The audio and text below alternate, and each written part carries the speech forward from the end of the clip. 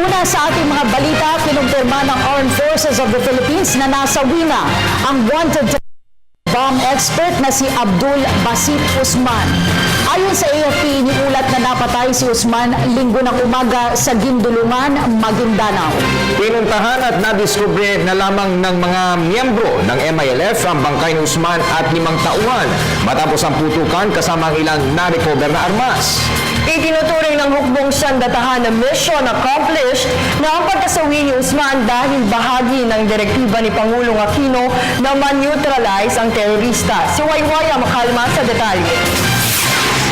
What is most important, we can say to the President, it's mission accomplished based on the orders given to us. Ito magandang balita ni AFP Chief General Gregorio Pio Katapang kay Pangulong Aquino matapos masawi ang bomb expert na si Abdul Basit Usman.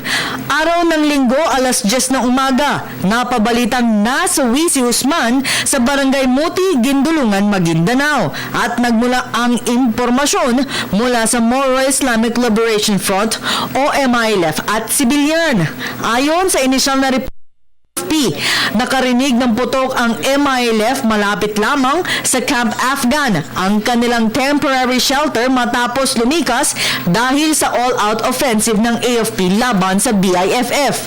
Pagkarating sa lugar ay tumambad ang 6 na bangkay at kabilang na doon si Basit Usman at ang kanyang 5 close-in security. Nakita rin sa lugar ang ilang armas tulad ng M60 General Purpose Machine Gun, 1 RPG at isang caliber 5.56mm Bushmaster rifle. Sa pinaniniwala ang sugatan din ang isang kamag-anak ni Marwan. Ang putukan ay dahil umano sa pagdududa ni Usman sa katapatan ng kanyang mga taga-suporta. Isa sa nakikitang rason ng militar ay ang $1 million reward money ng Amerika at ang kanilang opensiba laban sa grupo. An infighting among his bodyguards because, we were able to kill his most trusted bodyguards, and he got about 7 when he got killed.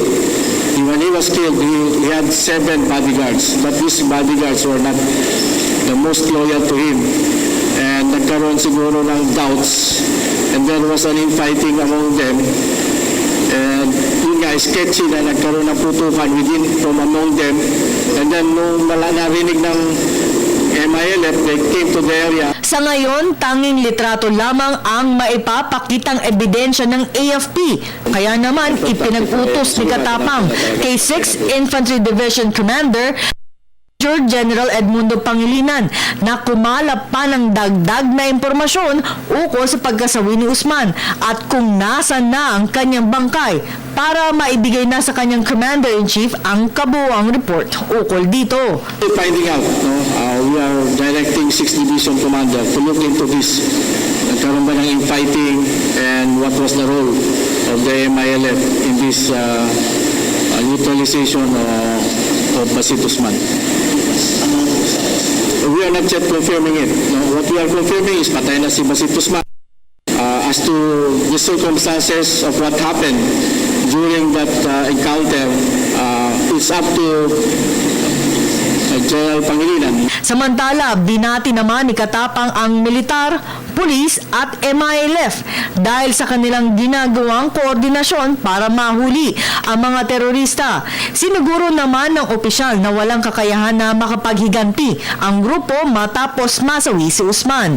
Taong 2009, naglabas ang US Department of State ng reward money kung sino man ang makapagturo sa ng terorista.